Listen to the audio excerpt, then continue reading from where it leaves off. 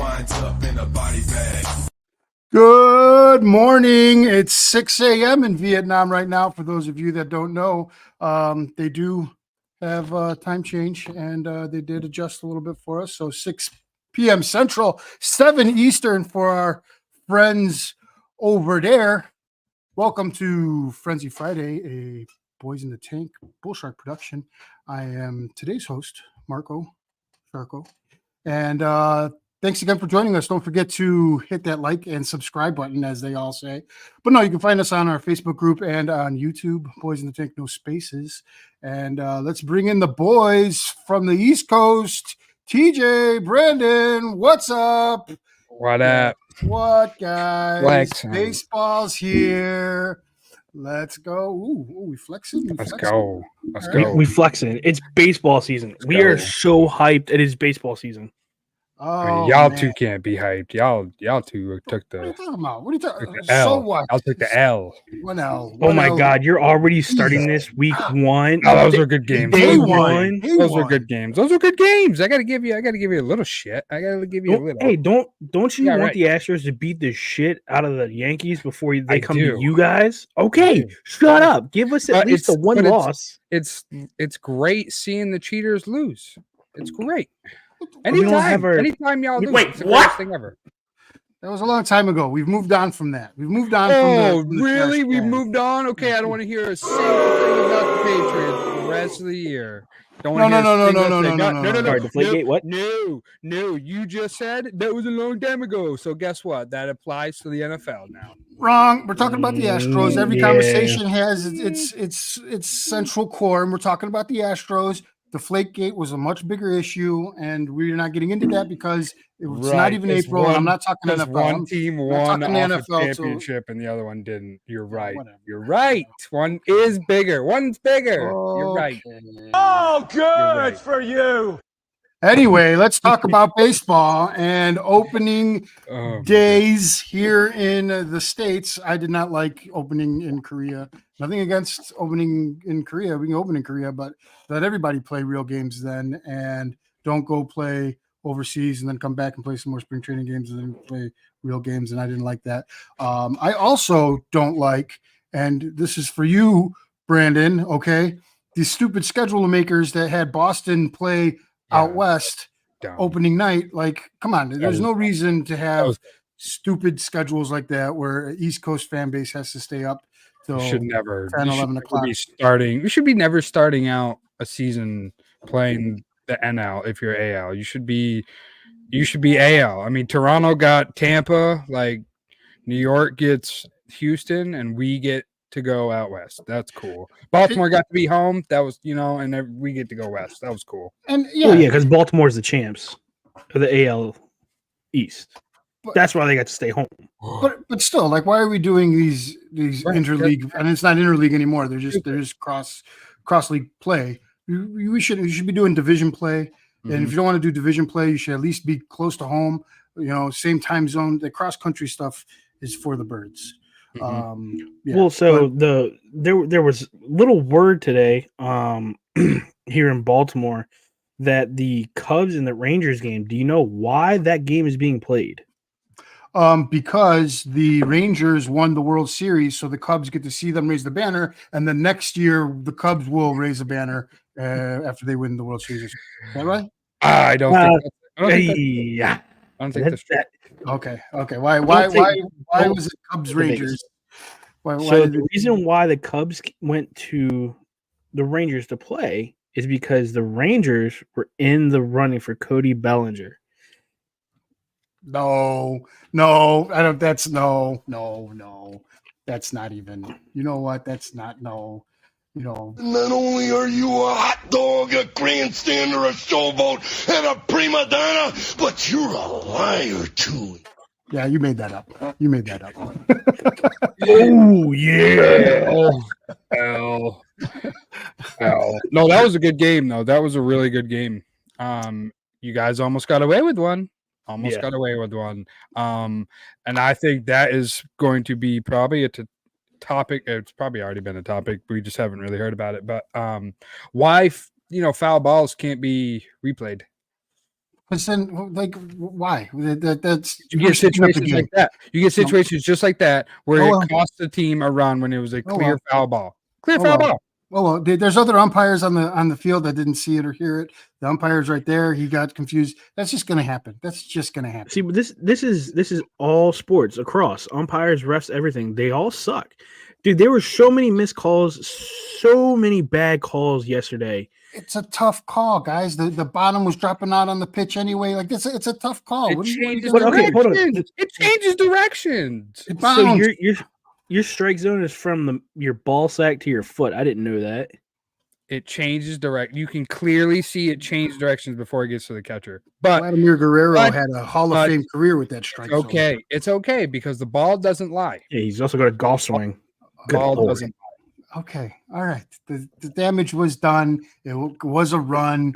The bullpen imploded like I knew the Cubs bullpen's going to. Our starter got hurt. I don't know why there hasn't been a breaking news announcement of Trevor Bauer to the Cubs, but that needs to happen.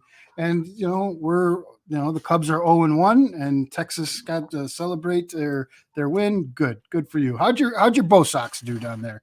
We did good. We won 6-4. Bello, he looked decent. He's young.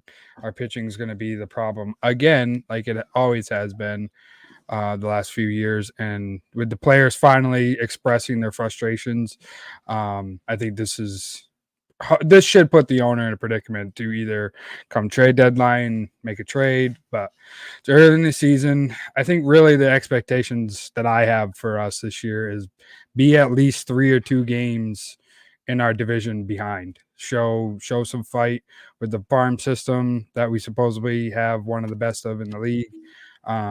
So that is my realistic expectations of the Sox this year is to be 2 to 3 games in our division, behind, be right there, cause some, disruption, maybe play yourself into a wild card, and then anything happens after that. But no, they looked good. This is going to be Raffy Devers MVP year. So we'll be all right on that train. I'll say I'm looking at the stats for the Sox game because I definitely wanted to catch a little bit of it before I went to bed, but I crashed so hard. This looks like a great game yesterday. Yeah, we're bad. Like a lot of guys were going, had 4 to 5 at bats. It looks like Devers had 1 run or 2 hits on 1 run, 2 RBIs and a strikeout. That's pretty solid though. I mean, for Devers, he's going to be the guy that they look at now since Verdugo and all those guys are gone. So that's huge. I mean, and that's going to be somebody that you guys definitely rely on a lot coming on to the season. And I kind of want to watch what the Sox can do now when everybody knew all these players in the Sox, and not to say that the Sox aren't well known because they always will be. Everybody knows the Red Sox. But I want to see what they can kind of do with this like very underwhelming roster. It's very underwhelming, and to the point now where like I was just looking at the O's and the Red Sox. I think they're playing like 2 weeks. The cheapest ticket's freaking $10, and that's on a Friday night. And I'm like, what the hell? Like normally those tickets are $60, $70, $80. So I may have to go out there. It will still be sold out. I'm gonna go to I have my tickets. I want to go, but I want to see how the Red Sox can do, with a very underwhelming roster. So that's kind of what I'm looking at right now with you guys. The division's going to be a real tell, I think, where you are this year. Last night Devers looked real good. I think really our focus, I think, is can Story finally stay healthy. If you can stay healthy, you are tearing it up in spring training. I know it's spring training, but he was lighting it on fire. So we need to see that. But yeah, like you said, I think Devers is going to be that's our next Bogarts. Like after Mook, it was Bogarts to take the team, and now Raffy got his money and he'll be all right. That guy is just so much fun to watch. Swing a baseball bat. Like if he figures that fastball out, you're done. I mean, it happened last night. He got How behind. do you not figure out a fastball? At He this struck. stage of Well, it? no, because the thing with Devers is you got to go high on him. If you can get him high, you have a chance. So his first strikeout, he got him with a high fastball, and then 2 at bats later, he tried going high there again. And Rafi's mind is like a sponge, man. He weren't missing that one again. All right. So your Stros lost to the Yankees. Looks like we got to start printing up the 28th World Championship for those guys. What did you do wrong? And are we or are you guys going to be okay? I think this was a great game to watch. I mean, 5-4 on an opening day game, especially when it's in Houston, that's a great game to watch. Even if the Astros do lose, not everybody's coming at the Astros third because this is a brand new manager. Dusty Baker retired. We lost Brantley Jr. He retired as well. We had a little bit of movement on the roster, but it seemed, looking at what the batting order was yesterday, we had Altuve, Jordan, Tucker, Bregman, Abreu, McCormick, Diaz, Pena, Myers, Singleton, and Dubon. And out of that whole thing, the only guy to hit a home run was Myers, which is like our unknown center fielder. Oh, So were you expecting a lot of home runs? You guys aren't the Orioles. yeah, with how Jordan and Tucker played in spring training, those guys were lighting it up. I mean, Tucker's still to this day. I mean, and wearing an Astros hat around Baltimore, people still come up to me like, I remember when Tucker hit that grand slam in the bottom of the ninth against Bautista. And yeah, I was there. It was fun to watch, and I still to this day I still cherish that moment. I think yesterday was a lot of okay. Remind those of us that watch real baseball in the National League. When was that? When was that? Hold on, I have it on my phone. Not a core memory of mine, but it's okay. I digress. But you guys are gonna bounce back. Do you guys have the day off today? No, we actually tomorrow? we played Play tonight. We played tonight, and then we're off on I believe Sunday. If I'm correct, yeah. So we play tonight. It's Rendon versus Javier for us tonight. It should be good. It's an 8:10 first pitch. This is going to be very good because we are actually phenomenal against left-hand pitchers. So it should be a very good game. It looks like everything stays the same on the lineups for both teams. The one thing I did say yesterday when we had our meeting was with the Yankees, dude. I think they should spread out the way that their lineup is because you literally have Soto, Judge, Rizzo, and Stanton all right there. Yeah, I would put those. Oh my God, no!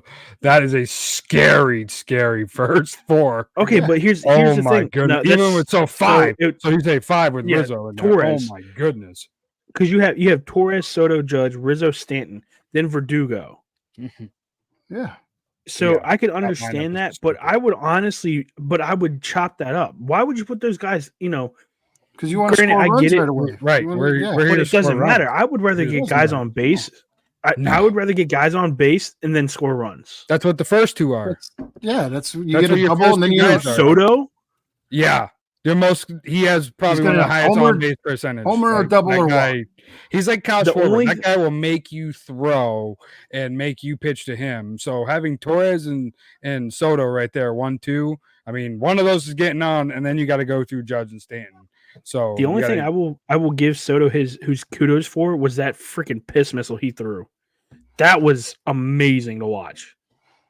Wow. I don't know his base hit. Anything else? You really like that base hit. You mentioned it the other night too. You like that frozen rope to right to get stuff done. That was the rope. That was a rope. That was such a good game though. Such a good game. So what else? Great game. What else did we take from opening days? We checked in on the Angels, and the Angels are doing angel things. We have Dude, Mike okay, Trout but hold on.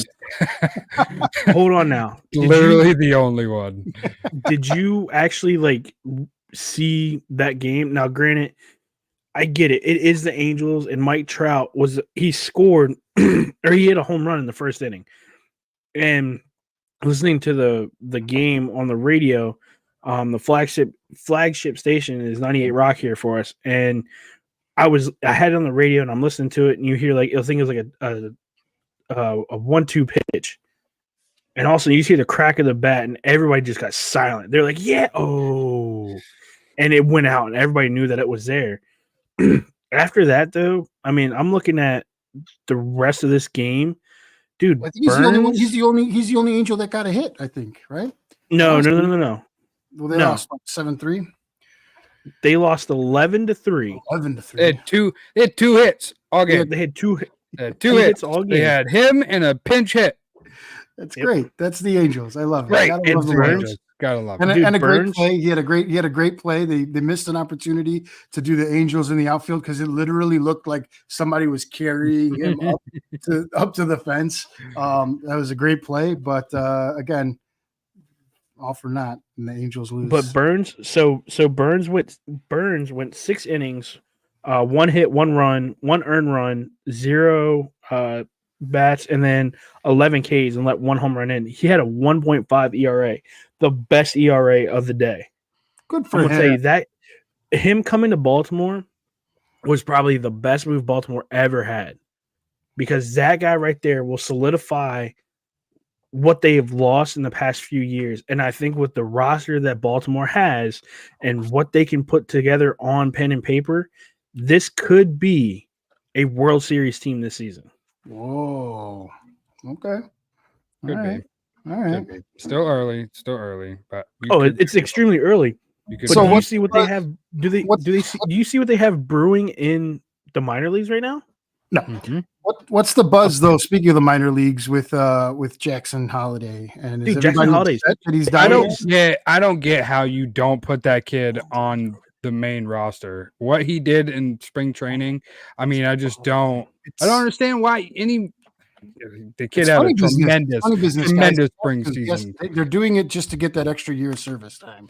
They did it with Chris Bryant. He's only going to be down there for. Look where that led to. That led into a big thing with the Cubs holding him back when he should have been in the league a lot sooner than he did. So I think Baltimore should. I expect Baltimore to bring him up soon. I don't expect him to stay down in the minors for too long. He's too good of a player. It's going to be as soon as whatever it is that he needs, whatever the 170 days or whatever, or 25 games, whatever it is that gives them that extra year of service time is what's going to happen. It's just plain and simple. They're doing it. It's the game within the game, the funny business. I think when you can play, you should play. Like if you can play, you should play. That's how. I mean, that kid can play, and he can help out that lineup big time.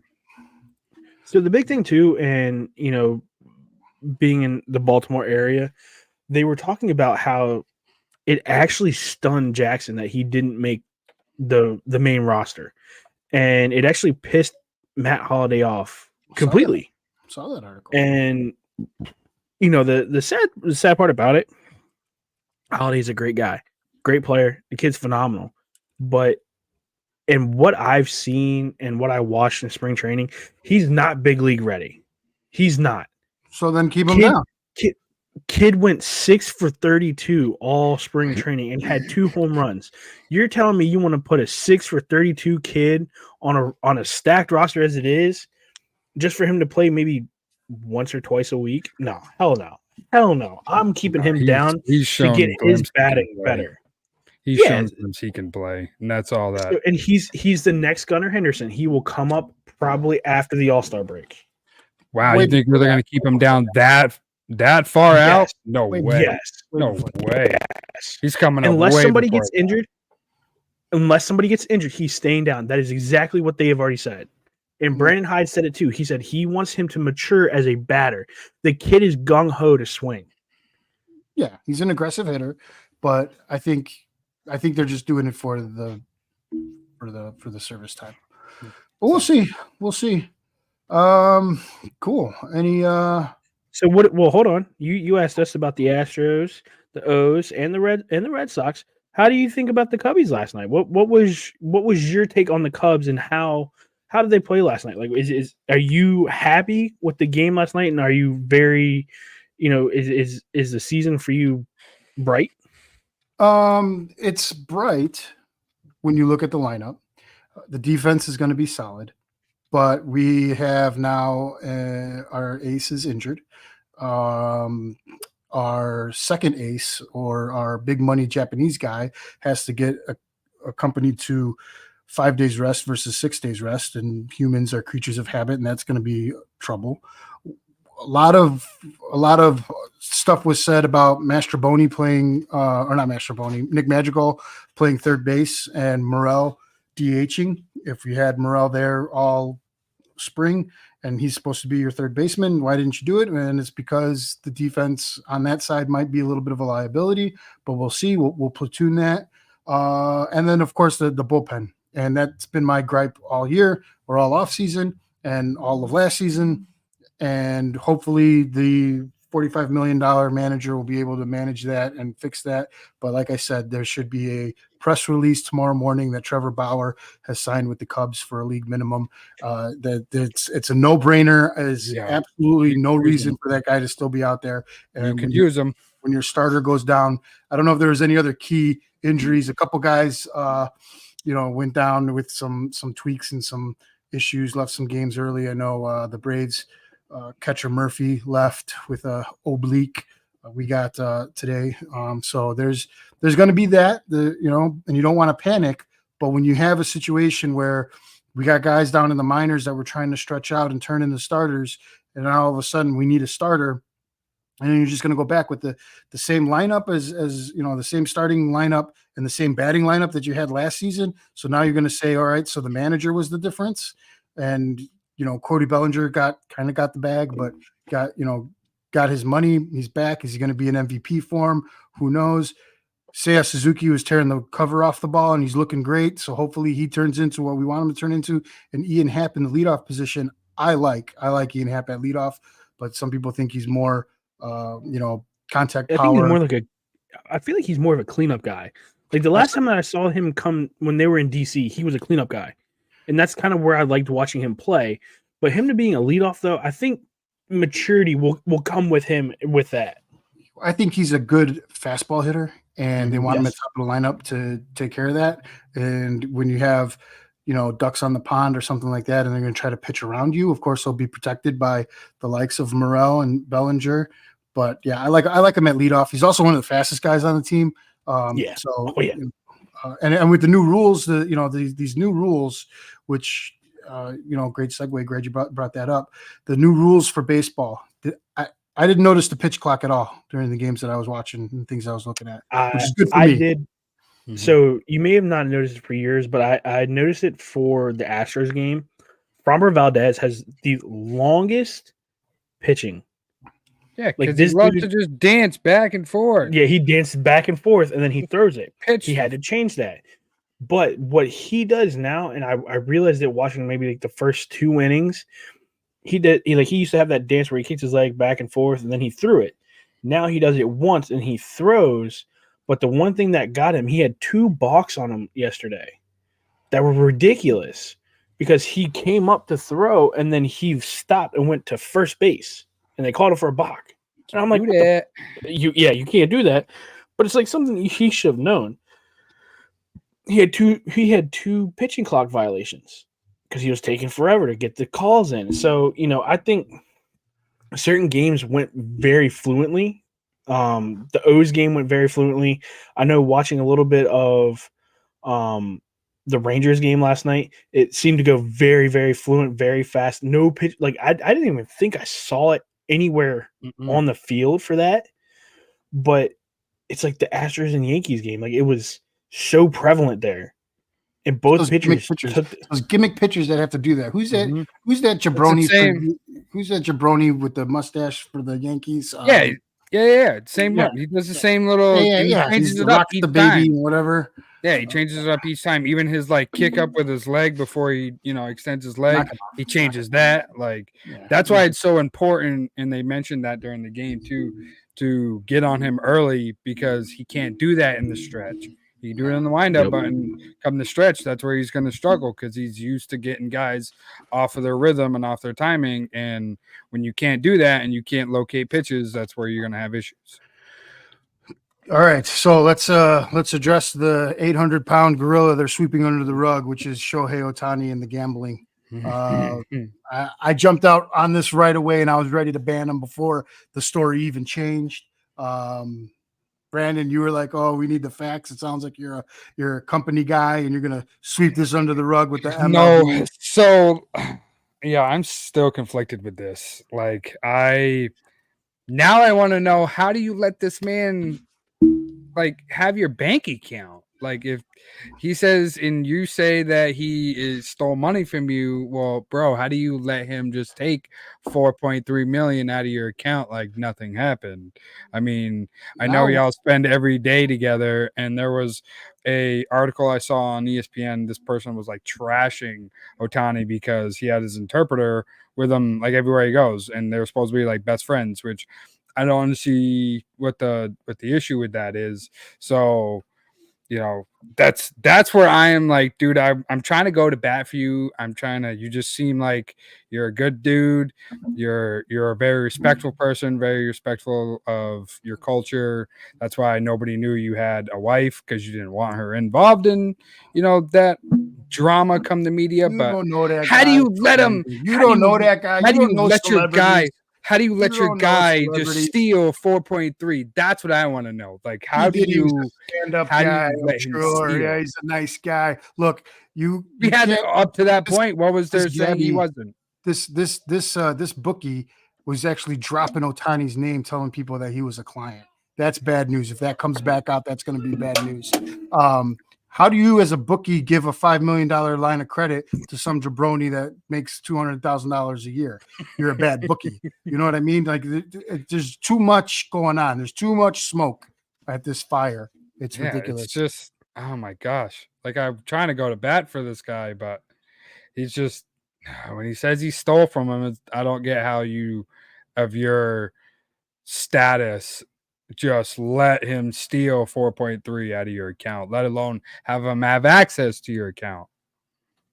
Yeah, that's something that, like, I feel like there's going to be more of the story coming out, and it's something where I think when we all look into it, there's something missing, massively something missing right now. And do we know what it is? No, we don't. What if Shohei Ohtani is the Michael Jordan of Major League Baseball, and they're going to kill his wife, and he's going to go play basketball for 2 years and then come back and then win some more championships? Yes. I like it. Steve, but here's my thing, though. Good for baseball. I found it. That's good for baseball. See, but here's my thing, and I'm kind of with Brandon. Oh my God. Do you let one of your closest friends? How do you not know you're losing $4.5 million? Like, I'm sorry. Like, if we all had if we all were brothers and we had a bank account together, and all of a sudden, we're at 20 million, all of a sudden it goes down to 16, and I'm like, who the hell is stealing $4.5 million? Like, what the fuck are you doing with that? When your net worth is 50 million. When your net worth is, but you're still going to see that, right? That's what I mean. I understand you just got a $700 million contract, but it's still $4.3 million. A lot of money to us. Not like we're poor, but it's not a lot of money to millionaires. That's still a lot of money. That's something you don't just be like, oh, hey, I don't know. This is, I don't look at my account. Have you heard the story? Have you heard the story of Dane Cook, the comedian, and how his brother stole all that money and he had no idea? Have you guys heard that? No, I heard that. I heard about that because Dane Cook is one of my favorite comedians. Wow, I'm sorry you have bad taste in comedy, but yeah, I know. What? His early days were awesome. He was fucking hilarious in his early Listen, days. I never said Dane Cook was God's gift to comedians. But when I first started watching Dane Cook in his early days, he was amazing. The dude was great. Onion. Oh, easy. Take it down, Skid Row. What? Yeah. He is fucking funny. Dane Cook, the jokes. Oh my God. I see him on TikTok now. Dude, he live streams and shit. He plays Call of Duty. Well, and he also he just sold out. What was it? Like the old Verizon Center here in DC. He sold that out, and then he sold out CFG Arena. And people were saying that he's on his way back.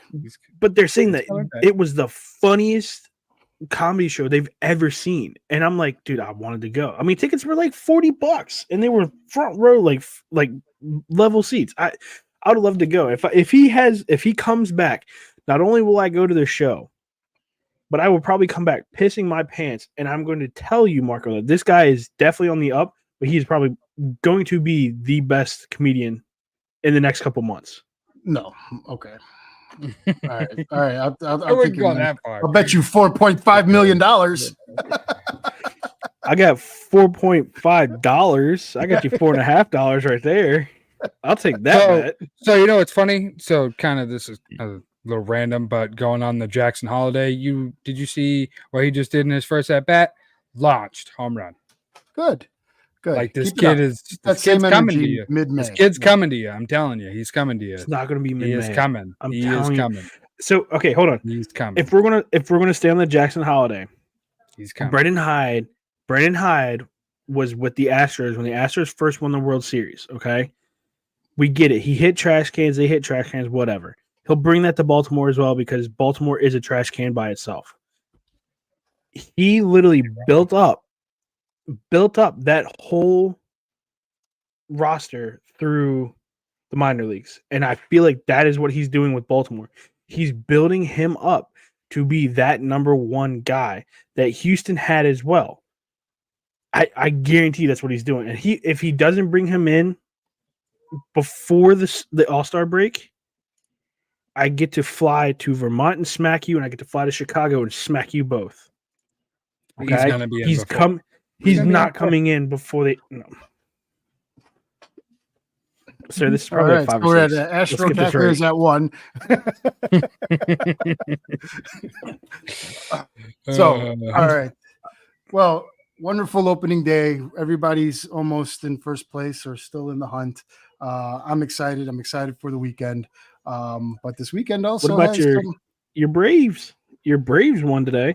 Well, they have to win because they're going to go, 130 and 130 and 32. So, yeah, they're going to win. Man, whatever's in that water up there, I need some of that because this energy drink ain't doing nothing. Our friend of the show, Troy, wants Brower to go to the Braves when we were talking about that.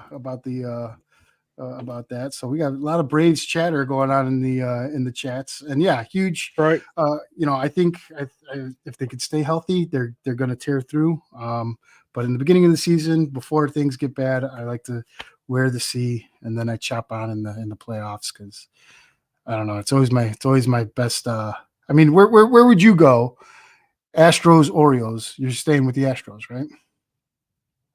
What if they both lost? Or No, if they're both in they're in the ALCS. Oh, good Lord, dude! I'm probably wearing an O's hat with an Astros jersey. Okay. No, you can't do that. No, you gotta choose one or the other. This isn't fucking two teams. Penis touchy. Pick one team. Go with it. I'm probably gonna stick with the Astros. Oh, yeah. He knows. He wants Orioles to go far, but secretly he knows. Oh man! But so this weekend we got some March Madness going on. How many Final Four teams do you guys have left? Well, that Bama game just ruined my whole bracket. Ooh. That was crazy. Ooh. That was such an electric game. Alabama is playing like the way people thought they were going to play last year. Yeah. And I think they're on a little redemption too, but I don't know who's stopping UConn. UConn is just, yeah, they're on fast track to just run away with this. But I think Bama's got a good shot. They really do. They keep playing like this, man. They are shooting the ball out of the arena. They are scoring a lot of points. So mark my words. If Duke beats Houston tonight, Duke wins it all. Okay, but then that means they got to beat Purdue, and Purdue's been kind of cruising through their teams. Yeah, but and they got a tough matchup with Gonzaga tonight. Mm-hmm. But I think it's a crash course of Purdue v UConn, personally. But Duke, any of those guys, those are your final four teams. I'm down to. I'm down to. So I still have Houston winning the whole thing. Do you? Mine was right out with North Carolina. I had them winning the whole thing. Okay. Yeah, Nope. Watch that. Yeah. Nope. That was crazy. What about my Longhorns lost, so that just defeated my Houston versus Longhorns final, but screw Tennessee. Fucking checkerboard bitches. what came out recently was Caitlin Clark getting a $5 million offer to play for the Big Three. You guys know what that is? You guys heard about this? Yes. Yeah, isn't it Ice Cube's league or whatever? Ice Cube's retired baller league. Yeah. And but she would make I don't know what is it, 55 times more than she'd make if she was in the WNBA. Mm-hmm. So because they don't get paid nothing. They don't get paid anything. So and I don't understand what should Caitlin Clark go play with the guys? I don't know the way NIL is, right? I mean, no, she's in her last year, right? She's in her last year. She's made $2 million in NIL. I think she's still going to go to the WNBA. I just don't get what the whole hype and players getting so pissed off about her getting all this recognition. I mean, she's one of the best players in women's college basketball. And everybody's getting the best, right? She's right, and everybody's getting so pissed off because she's getting all this publicity and everything. And it's like she's the woman's Steph Curry. She is changing the game of women's basketball for just like Steph Curry did, just at an alarming rate. And I don't think people are ready to see that happen. They're used to the old college, basketball, run zones, run these little picks route, picks and screens. And she's like, no, I'm just going to pull up from 40 and I'm going to make it. And I'm going to score 40 points a game. This girl is unreal. I mean, so I don't understand what all the negativity is. I just don't. Yeah. I don't know. I think it's. Oh, go ahead. So I think the whole situation is people are getting tired of her because it's just how I feel like sports fans are. You get on a train of a certain person and then it kind of gets boring after a while. They want to jump off, so they start throwing negative shade at them. Then when something big comes up, now, am I saying that this $5 million deal for the Big Three is huge for her? Hell no. Dude, she'll make buku bucks in WNBA, and she'll probably be the Steph Curry of the WNBA, winning all these titles. Not on salary. She's not going to make that money on salary. She'll make it in endorsement. She'll make it in a shoe deal. Well, yeah, because what? She already has, is it I think it's a Nike deal, if I'm mistaken. I think it's a Nike deal. And after she graduates, she has 3 shoes already coming out for women's basketball. Inked a deal in 2022 with Nike. Okay, so it is Nike, and she's got a 3-shoe deal coming right when she graduates. Dude, she'll do it. But I think the Big Three, why? I don't understand. I'm sorry, why would you go there? You're playing against retired guys who are probably walking around with canes and bad arthritis in the wrist, can't even drain a 3 the right way anymore, and you're going to put somebody who's fresh out of college? No, I'm sorry. That was stupid. Ice Cube's a great guy, but that was the dumbest move he ever had. So you say no to Caitlin Clark to the Big Three? Yeah, no. She might as well just keep going where she's going and on the track she's going, because she's on track to change probably professional women's basketball. So I mean, not that it's still going to draw in any money because it's player funded, but she's going to change the game. She'll get some more people to watch a little bit here and there, but it's still professional basketball. Nobody watches it. Rosters. Let's see some rosters and see who we're going up against here on the Big Three. Who's Mike Taylor? Who was Mike Taylor? Anybody remember Mike Taylor? Mike Jones. He was born. I don't think I've honestly ever sat down and actually watched a Big Three matchup. I've never. He was I think league player. I don't think I've ever done that. Yeah, let's see if we got any Hall of Famers or studs or Cantino Mobley sighting. We got a Cantino Mobley sighting. He played 11. He's got a grayer beard than I do. He's you're gonna go with this. If she That goes to says the something. big three, Glenn Rice, he's still balling in the big three, but she becomes the Jake Paul of basketball if she goes to the big three. That's what I say. Yep. Yeah. All right. I'm excited for her and the WNBA draft. I'm excited for these ladies that are coming out. There's some ballers in there, and Is Angel Reese coming out this year, or is that next year? Joe Reese is coming out. Yeah. There's that stud in Stanford, the godchild of god brother and sister of Steph Curry. Quick, Yeah, looks the like god niece. what is her name? She looks like who's that actress now? Why do I always draw a brain fart when I'm on these shows? Anyway, but she's a stud. I saw a meme where they were comparing her and Caitlin Clark, and she's got the hardware, but she doesn't score as many points. So do you think title? My question with Angel Reese and Caitlin Clark both going out in the draft this year, do you think that's going to bring the rivalry into WNBA? Yes. 100%. Like no matter where they go, that's going to be the game everybody circles. It's always going to be. Here's the thing, though. Angel Reese's game, I don't think is going to translate well in the WNBA. And she's going to get owned, and her antics isn't gonna play with these women. They're gonna own her. Yeah, there's. I want to see her against I want to see her against Plum. I'm sorry, Plum would make her look bad. Plum v. Caitlin Clark is a matchup I want to see. That's going to be that's going to be good. I mean, I'm not gonna lie. Like if I'm sure DC still has the Mystics. If she comes and plays the Mystics, I want to see her live.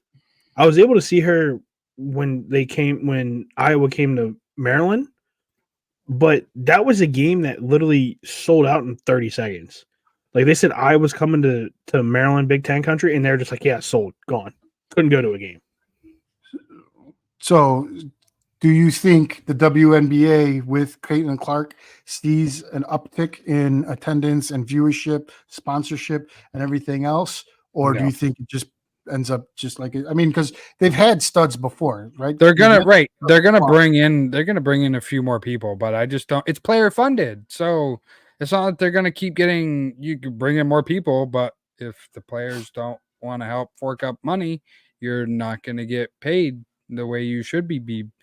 These girls should be getting paid, but unfortunately, the circumstance that they're in, it doesn't allow them to. But they'll bring in some more people.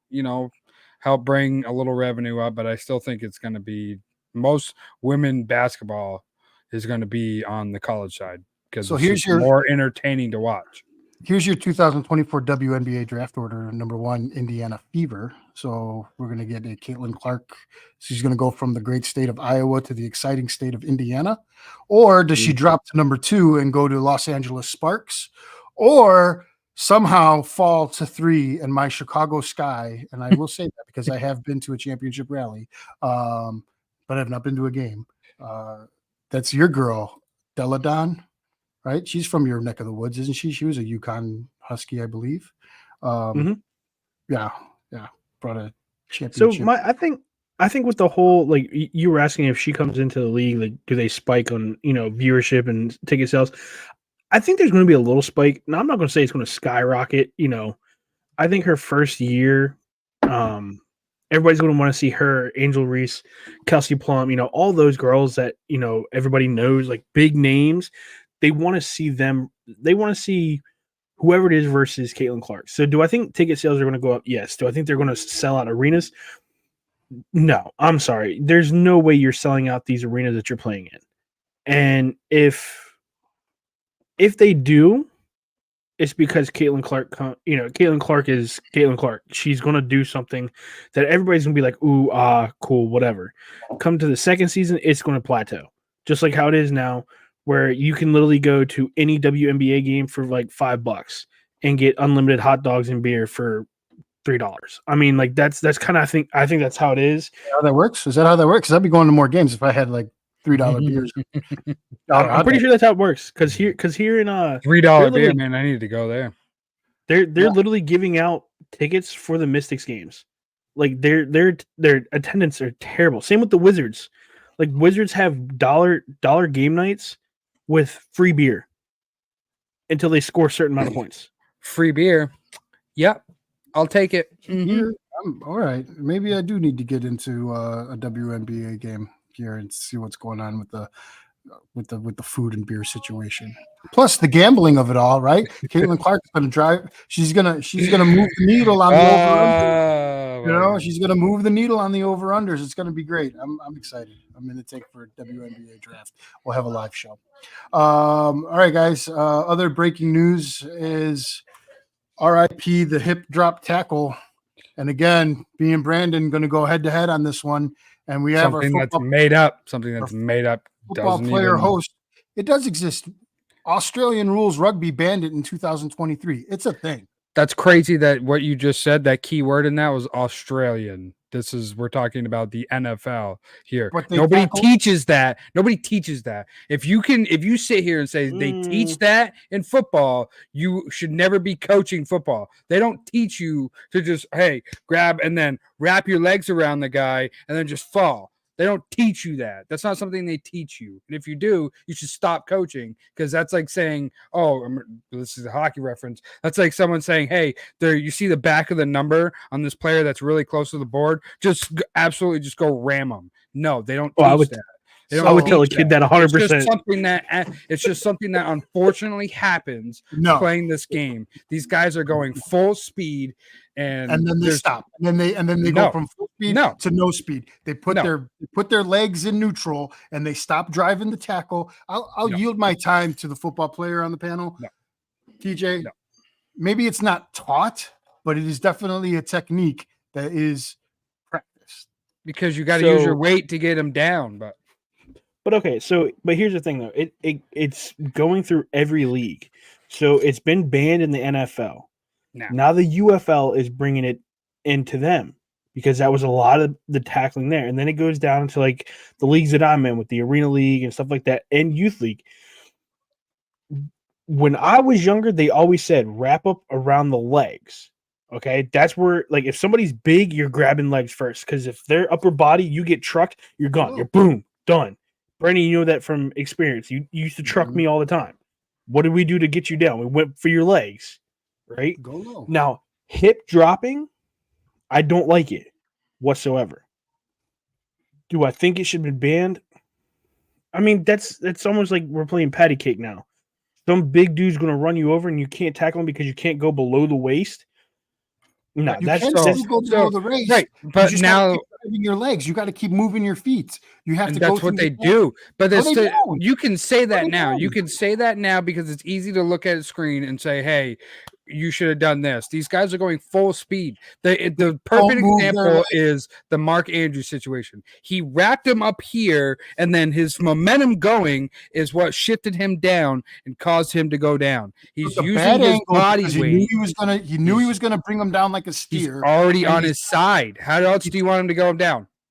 You got to bring your head, TJ, right? You bring your head across the body, you put your shoulder down, you hit him in the hips, you wrap, and you keep your feet moving, and you drive that tackle down. Pull it up. He took a bad angle, and then he stopped moving his feet. I'll pull it up. Just don't be surprised when there's a lot more just people when they get behind players that they just can't tackle, because when you get behind somebody, where are you supposed to go? Where are you supposed to go? You can't grab them anywhere. These young DBs are not going to be able to tackle because they can't use their body weight when they wrap somebody to bring them down, because you're not just grabbing somebody and throwing them down. You have to use your body weight to throw these guys down. These guys are too big. They're not throwing anybody down. They're grabbing because they're using their body weight. It's the drop. It's not a drop. It is the drop. So hold on. So listen. I'm agreeing with both of you on this one. There is a drop on it. Where on certain ones that we have seen this season, there are ones that have dropped. There are ones that have not dropped. It depends on the pursuit angle that they are all coming after. The Mark Andrews one is probably the best one to go off of. It was not a drop. It was the fact that with Mark Andrews' big body and a little dude on him, as he turned, he literally slid down. He's not even a little dude. He's a big dude. Like he's a linebacker against Mark Andrews, a tight end, a big tight end. Here we go. All right, go ahead. Where do you want him to go? All right, so boom. He's got the angle right now, right? He's got the angle, all right? And now he's going to decide, And actually, Andrews has a step. He stops moving his leg and he drags behind him. If he keeps his leg moving, he could still wrap him up and you could still bring him down. Instead, he's got to hold on. I will agree, Marco. I'm agreeing with you on this one. Brandon, here's the thing. If he did not slide, okay. So what you're telling me, if he kept running, you think Mark Andrews is just going to bounce off of that, right? I think he's already got the step on him. No, he's already got a step on him because of where he is. Where that angle is, he's already got. Play it back right before he goes into it. Why do you think he's going for his waist? Right there. There you go. Right there. Right there. If he would have stayed there on his body, it would have been perfect. But instead, with him moving he's already in the air. He's already his leg is off the ground. His left leg is off the ground. His toe is still on the ground. So his weight is going into him at an angle because he's going in at his waist at an angle. And then when he grabs him, that's when obviously his feet are already coming up off the ground. That's where they slide, and he's taking his body weight and bringing him down. It's such a stupid ban. Put flags on the people because guess what? The next thing that's going to happen is defenders can't hit the knees because that's how Gronkowski got injured. That's how everywhere else. How are you going to tackle a big guy if you don't have the angle? You go for his leg. So how long are we going to be now till you can't hit him in the knees? Because that's where it's going to lead to now because of this. So then you're not going to be able to hit the knees, and then we might as well just say, here you go. Nobody wears pads anymore. Here's your flags because the defense can't do anything. They can't tackle, and all we want is points, and we don't want the game to be entertaining. So I'm going to agree to disagree with you on that one, Brandon, because looking at the guys who are coming into the NFL now, and the guys that are the future guys coming into the NFL, they're not these hulking dudes that we're used to seeing, like Gronk, like Derrick Henry. They're smaller, they're faster. This is what the game is going to, is fast-paced games. Mm-hmm. I think these cornerbacks will learn how to adapt to that. Now, do I think they're going to take tackling away from the legs? No, because unless you have another guy coming out of college that looks like freaking Saquon Barkley with sycamores on his fucking leg, you're going to be able to tackle anybody. But the other thing you have to realize, though, is when you are literally growing up from 6, 7, whatever age group they start playing football to into college, form tackling, you break down and you wrap up. Doesn't matter how you do it. You can wrap them up from behind. You can suplex them, get a penalty. I'm going to tell you how many kids. Use your weight when you wrap them around, right? Yes. Right. But when it comes to the play that we just watched with Mark Andrews, the dude literally shifted his whole body and slid to just pull him down because he knew he was going to get beat. Right. So he's using his weight at the point of attack, which he's going in, which is an angle. He's using his angle. He's using his body weight to bring him down. It's the laws of physics that's going to happen. I don't understand what the issue. It's physics. It's going to happen. And like you said, with these corners being so small, what are they supposed to do when they tackle a guy like Mark Andrews or George Kittle, jump on his back, or Travis Kelce? Like you're going to have, especially if you got him around the waist. What are you going to do? You're going to drop your body because you need to get this big guy down. Like this is going to be causing so many more stupid penalties and just ridiculous fines come out because of this. I bet there's less penalties in this than we think. I think there's going to be less penalties for this. I think how are you going to mark it down? Like what's a tackle if you're an interior lineman and you grab a guy in a hole and you bring him down? You're a big dude. Are they going to call that you hip tackled because you got him on the race? Like, how are you going to officiate that? You're going to control your body, and you're not going to. They know what they're doing. We see it all the time. Players see it all the time with Max Crosby trying to tackle Patrick Mahomes, and he twists him, turns him, falls on his body. Yeah, there's dirty tackling, and then there's good form tackling, and then there's physics. I also think this is the way I look at it. I think right now we're at a split right now, and until the season starts, I feel like it's going to start off very rough and rocky. Guys are not going to know how to tackle because that's what they are used to and that's what they were taught is to tackle that way. I think when we get further into the season and these penalties are starting to come out more and more, there are fines that come out. I think that's when things start to get, they start to click. I honestly, like I said, coming as a coaching as a coach, Marco, you're a coach as well. Brandon, you're just a fan of football in general. We can all agree to disagree that certain tackles are drop tackles, certain tackles are normal tackles. But as of right now, it has been said that it is gone. Do I think that this is a stupid rule? Yes. But the amount of injuries last year for these drop tackles were more than there were any other year. There were more drop tackle injuries than concussions Never heard this about year, this. and that We didn't says hear about something. this in the 90s. We didn't hear about this in the 90s. No, We didn't and hear you about know this in why? the Because they were getting clotheslined. They were getting you were not going over the middle in the 90s. That was not happening. You were getting jackhammered. That was just not coming happening. straight the middle. That was You're not getting happening. like freaking. My whole thing is just how is this going to get officiated? Because it's going to go down to the lines of the same thing with the roughing the passer and guys using their full body weight. And did you not use your full body weight because you're physics, you're going forward and you're a 300+ pound man and you're supposed to just stop in midair while you're lunging towards the quarterback. It's just going to be. It's going to be one of those calls that it's going to come up in the worst times because of it's just a stupid rule. So you're going to see this come up in big games. Well, we'll see. We shall see. All right. What do we got for the next topic so we can all just calm down and take a chill pill? I had a thing with Robert staying on football. Your Mount Rushmore of defense. Like, is it all defensive positions or defense? Your Mount Rushmore when you talk about defense, this is entirety. What is your Mount Rushmore? It's March 29th. Baseball season is upon us. Playoffs. We went to baseball. I don't want to hear. I don't want to talk about defensive football. Mount Rushmores in freaking spring. Why not? It's the best time because we're getting ready for the draft. Is coming up. Right, the draft's coming up. Have you seen the lines going, like the betting lines between these players and who's going to be taken first?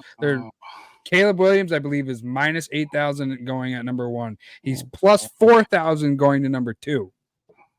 And there's a real chance that he could go number 2, and you could see, and it's funny. So. If this is what we're going to talk about draft-wise, so first of all, Brandon, I'm going to answer your question. So my Mount Rushmore, so it's 4, right? 4 heads that are on Mount Rushmore? Yes. Right? I've never seen it in person. I think I always thought there were 5. For some odd reason, I thought there were 5. All right, so 4. I've got Reggie White, 100% Reggie White's on there. Mm-hmm. I've got 2 linebackers. So I got Jack Lambert, who was just mean and nasty, and Luke Kuechly, and then I got Night Train Lane. Those are my 4. Kuechly on Mount Rush. Taint bad. I think mine would have to be LT, Reggie White, Deion Sanders, and Aaron Donald. God, are we doing this again? Good stuff. He's on. He's on. All right, good. Yeah. Go. Okay, you know what? All right, so let's go to the draft. Okay. If Caleb Williams drops to number 2 and comes to DC, it is going to be a dumpster fire, and he's going to cry. Like we've seen before, him crying when he loses games. He's going to cry more. And I'm going to tell you right now, I will go just to watch him cry. I will pay money to watch him cry because I don't like Caleb Williams. Well, I hate Caleb Williams. I'm sorry. I want him. I want him to come to arena football so I can block for him and just get him leveled. So then I can walk up to him and say, "Stop painting your damn fingernails. Stop looking like a prissy princess. Play fucking football." I'm sorry. Like, if I offend somebody, I'm sorry. But at the same time, like, football is a man's sport. There are some openly gay guys who are extremely good at football. But when you transfer that into the NFL, on that hot take. if he comes into this league and he just gets smacked around, he's going to cry like a little baby back bitch, and people are just going to make fun of him. He's going to be the meme of everybody's computer. I think he's going to go number 1. Did you hear what the LSU coach said when they was talked about Jaden Daniels? He like leaked out that he did have a really good pro day. And that he he's going to look good, this, that, and the other. And when he's throwing in Washington, like that was a little subtle thing that he puts out. Like, excuse me, do you know something that we don't know? Jaden Daniels going number 2 to Washington, because that's huge. That opens up number 3 to a lot of positions, not positions, but players. Like that was a whoa, dude. What do you know? Because have you been talking to Washington? I still the Bears have showed their hands. The fact that they got rid of Justin for a can of spray paint and a kicking tee, and literally the ghost of Patrick Mahomes haunts Hallis Hall. The fact that they had Trubisky and they missed on the generational talent that was Patrick Mahomes. Sorry, nobody was saying he was generational talent when he was coming out of the draft. Nobody thought he was worthy of that pick. Nobody thought the Chiefs should have picked him. But the Bears are so scarred and afraid that they'll make that mistake again, that they're willing to go all in on him now and all in on that generational Heisman Trophy winners, junior year, sophomore year, whenever it was, that they're going to take him number 1. And you almost have to for Chicago. And the shenanigans of it all, right? The painted nails and all that other stuff that fits in well in the city. That has nothing to do with the fact that he can't win big games, that he has bad ball protection skills, and that the NFL is not the Pac-12. And he's going to learn that the hard way. Now, what does that mean for the rest of the draft and for everything else? I don't know, but he's coming to Chicago. There's no way that doesn't happen. So I'm going to take something off of what I watched on ESPN today, because they were talking about it today. Was they're like Caleb Williams was doing it I guess he has a pro day coming up, or did I already missed the pro day? I think he had a pro day last week, and then he's coming to Chicago next week.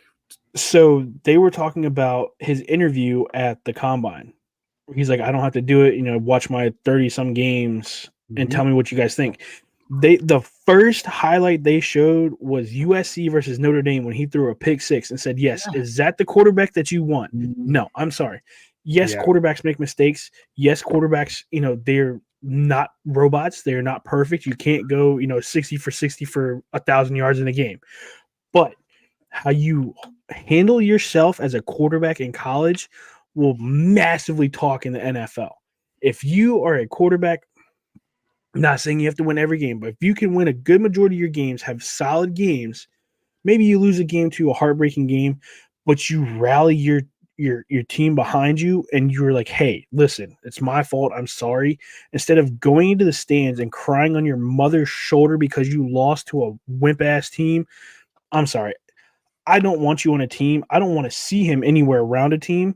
And when he does come to the NFL, I hope he just gets leveled, and I will be on the field to level. I mean, him crying, I think that's just showing he cares a lot. But yeah, Notre Dame is the one tape you look at with Caleb Williams where you're like, okay, is this fixable? Because you get out of the pocket when you don't need to. You made some errant throws and some bad decisions, but there's tapes where he's gone off for 300 plus. I mean, the guy's a generational talent.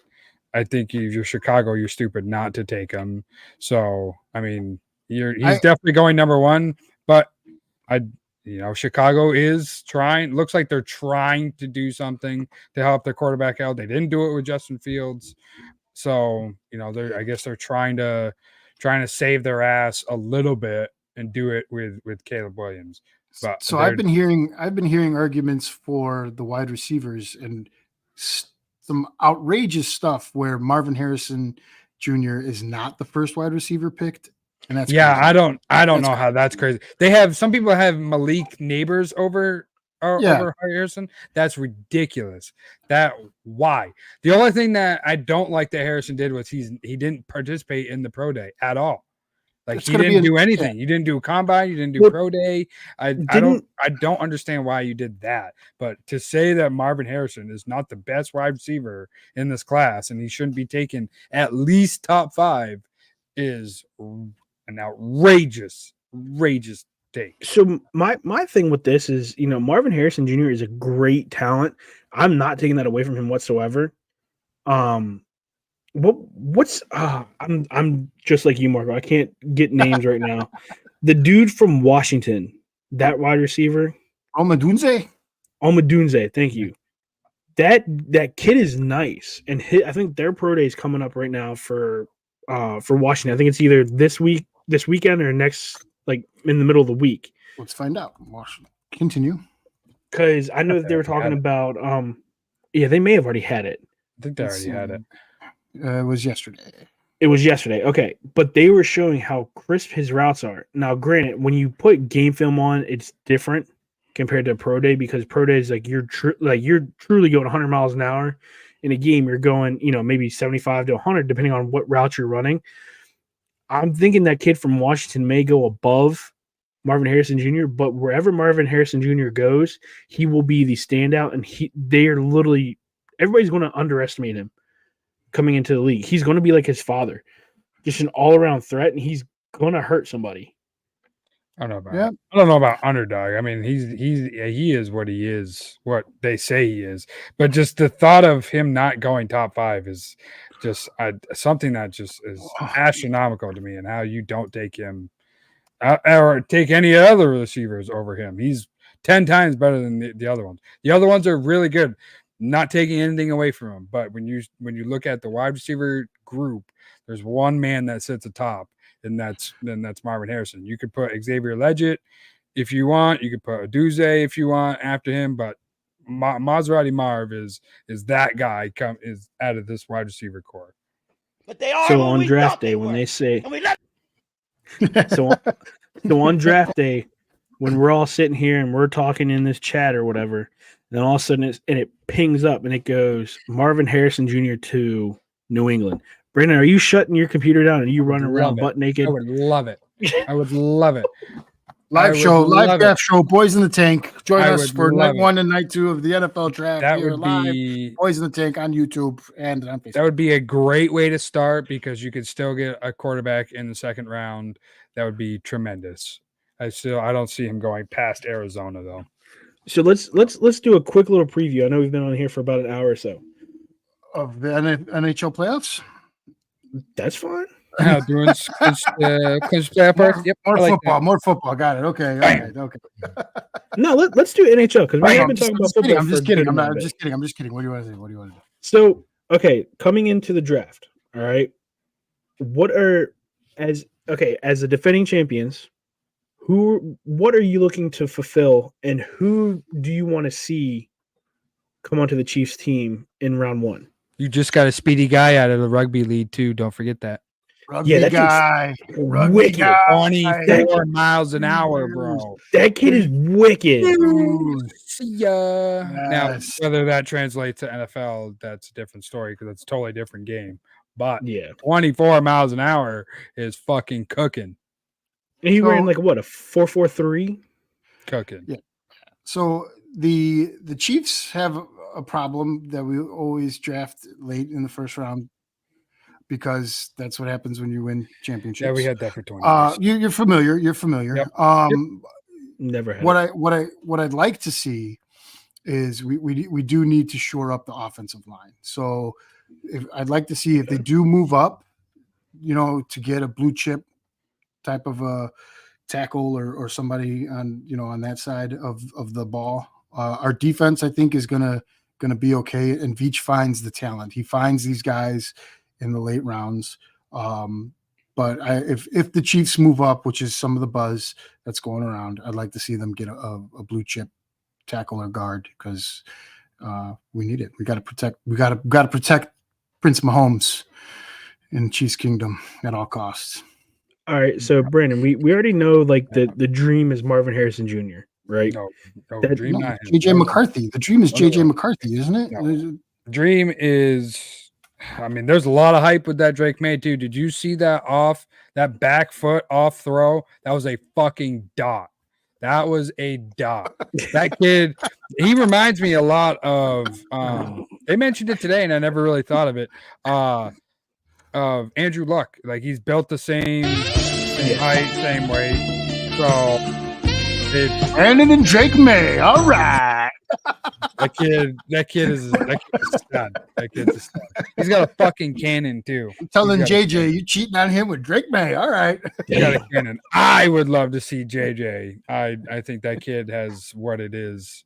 I think he's probably the third most NFL ready quarterback in this draft class. But I think he's then gonna either go to the Giants or who's 5. He could team up with Harbaugh in Los Angeles. All right, Dallas Cowboys. What are we doing, them boys? How are we getting back? How are we getting back to second place in the division? I think second. Yeah. I think honestly, I think Dallas ain't going to make the playoffs this year, but I think they're going to pick up Jonathan Brooks from Texas. Yep, you heard it here first. As a Dallas fan, we are not making the playoffs. Any Dallas fans that watch us, you can find me. We'll fight, and I will still win. Jonathan Brooks is a guy that I think they're really going to go after. So we drafted Jonathan Brooks out of University of Texas. He does have a torn ACL, but he's also a local boy of Dallas. So I think that's what's going to happen.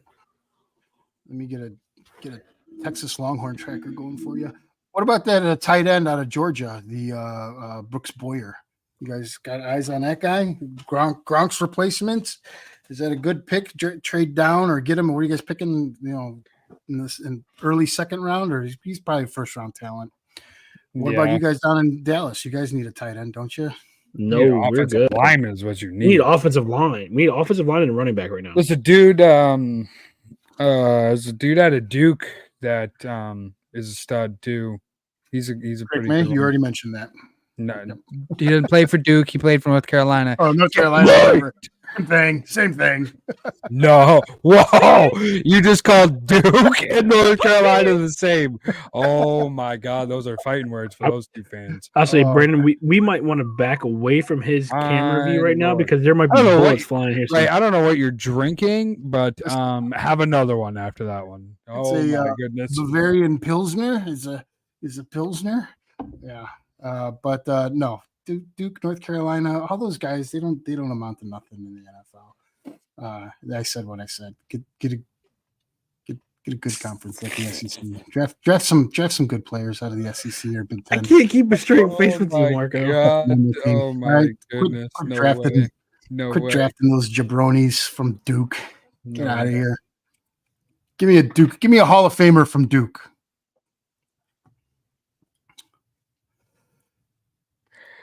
Good answer. Anyway. Couldn't tell you.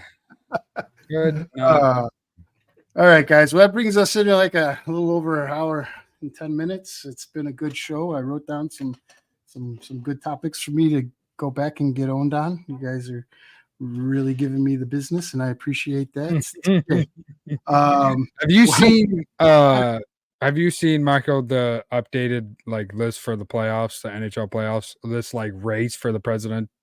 No, actually, I tuned out because Seattle just freaking shit the bed after the trade deadline. It's within 7 teams, and they're all within 4 to 5 points of each other. If as you go higher, you're 1, 2, 3. Yeah. This is a crazy race. Yeah, I was fighting for that last President's Cup. Yeah, who's going to get number one? Who's going to get number one in the league? That's going to be crazy. Yeah, because right now it's between the Rangers, Dallas, Carolina, and Boston. Yeah, Vancouver, Colorado, and Florida. Jesus Christ, Winnipeg as well. So it's Winnipeg's 8 teams. killing it in the West too. Winnipeg is the Stars have 101 points. Jeez. Yeah, and the Rangers, the Rangers are cooking this year. The Kraken are at 23. I'm sorry, Marco. You guys aren't going anywhere. Dude, I'm telling you, they completely just and the schedule favored them, and they couldn't produce. They just kind of pooped a brick a little bit. They did. They really did. But I don't think you were gonna touch anybody you were in the Pacific, right? Yeah. Yeah, you weren't touching Vegas or Edmonton. Well, we had a chance. We had a game against Vegas and we lost, and then we had games against the Oilers and we lost. And of course, okay, but those teams are 20 wins better than the Kraken. So, of course, they should have lost those games. But you really wanted to pull through, and I really thought if the Kraken would have beat the Stars last year, they would have put up a better fight against the Golden Knights. And instead, Stars went and got swept. So and- okay, if we're looking at the if playoffs were to happen today, all right, we got Boston, Florida, Toronto, New York, Carolina, Philly, and the wild cards right now are Tampa and Washington. Out of that Eastern, who do you think would take it all and go to the Stanley Cup? I'm honestly, man, Rangers Bruins is going to be a battle. Rangers Bruins, and whoever wins Game 7 probably will. I need to see what the bracket looks like to know who we got first. Yeah, so the Bruins. I would like depending to on where you finish, right? Because, geez, you're right. It'll be tough. But again, I would like to see Boston go, but then on the Western side you have Dallas, Colorado, Winnipeg, Vancouver, Edmonton, Vegas, and then your wild cards are Nashville and the Kings. I hate Nashville. I think we all do. yeah. What is wrong with Nashville? What did they ever do to you? Dude, they're oh god, they're Pecorino left. That's why I hate it. Only You mad because one of the greatest, one of probably top 10 goaltenders to play. Just because he was big and he took up all the space. Pecorino was not big there, bro. He was not big. He was not big. He was flexible. You will lose this argument of a goalie. He was not big. He just moved around. He was flexible. He's not as big as you think he is. He's not really that big. He's not a big guy. He's 6'5", 216 pounds. How are you going to tell me not a a big guy 6'5" hockey player? Then you're going to put on skates? You're going to tell me Vasilevsky is bigger than he is. 6'5" goaltender. He's a big shit. Vasilevsky is bigger than he is. I don't even know who he is. Right. Listen to the goaltender. It's all, for one, it goes on equipment. You can be tall and your equipment makes you look tiny. So Pecorino is not a big goaltender. He's just really 6'5". flexible. Goodness. He just doesn't get it. He don't get it. It's okay. It is okay. It's okay. Okay. All right. It's okay. I digress. I'm just whatever. F Trashville. It's okay. Carrying on and looking at the Western Conference. So you would get wow. He's not a big goalie. He's not a big guy. Okay, when you hear 6'5", yes, height is great, but if you can't fill that goal very well, it don't mean shit. It don't mean nothing. Shit. That's why Vasilevsky's probably arguably he's making his case or trying to make his case for one of the best goalies to ever play the game. Because he's huge and he takes up a lot of net. The guy doesn't even have to move hardly ever, and he takes up the whole net. That's the difference between him and Rene. Rene didn't take up a lot of net. He's just tall. He just didn't take up a lot of net. Flexible. Okay. Two different style goalkeeping. Okay. Two different styles. All right, next topic. You get Toronto. If Tampa Bay is a sleeping team in these playoffs that I wouldn't want to play first round, just because they're Tampa Bay. Dominic I Hasek. agree. That's the guy I'm thinking of. That's a flexible goaltender. That's a guy that played big because he wasn't. He was only 6 foot, maybe 6'1". Go look at Martin Brodeur. He was way flexible. Martin Brodeur is the greatest goalie in my opinion, besides like Martin Brodeur, Eddie Belfour, Corey Chris Crawford. Osgood. Chris Osgood's a piece of whoa. F the Red Wings.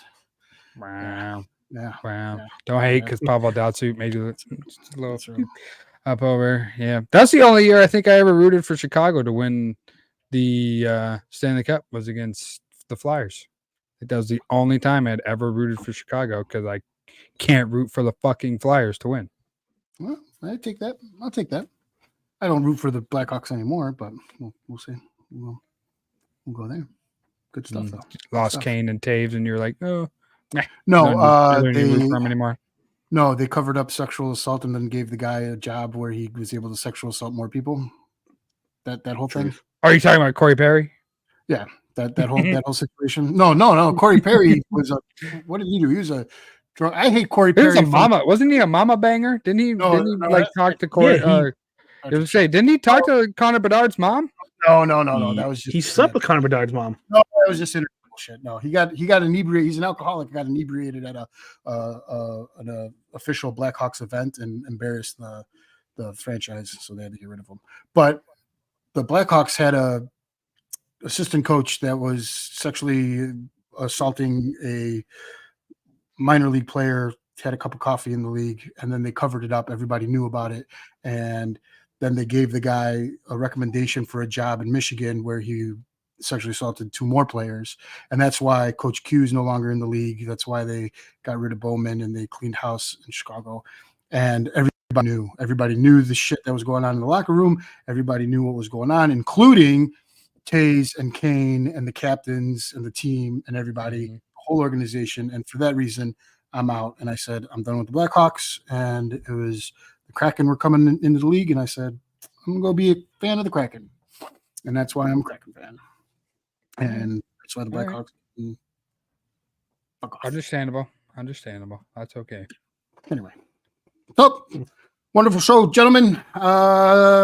Look forward to having a fun Easter. You guys do Easter good, Easter hard. Oh, yes. In the tank for Jesus. He is risen. Yeah, maybe not. Right. Sure. All right. Sure. Cool. Sure. And right on. You guys Stay got blessed. anything else? Yeah, that's right. You guys got anything else going on this weekend?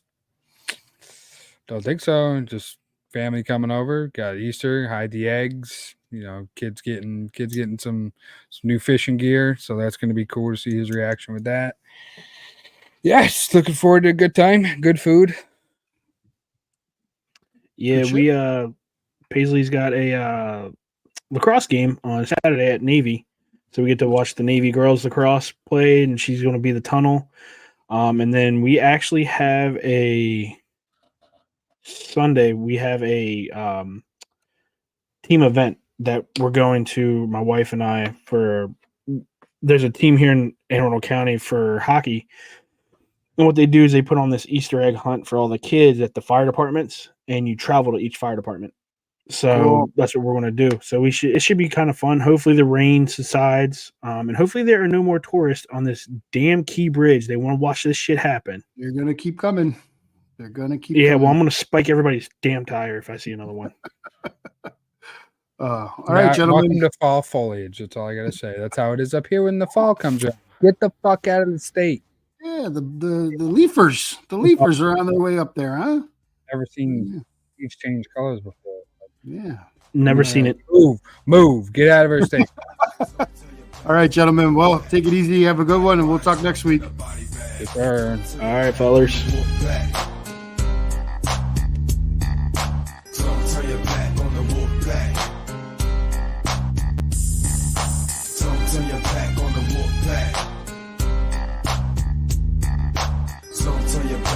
wolf pack.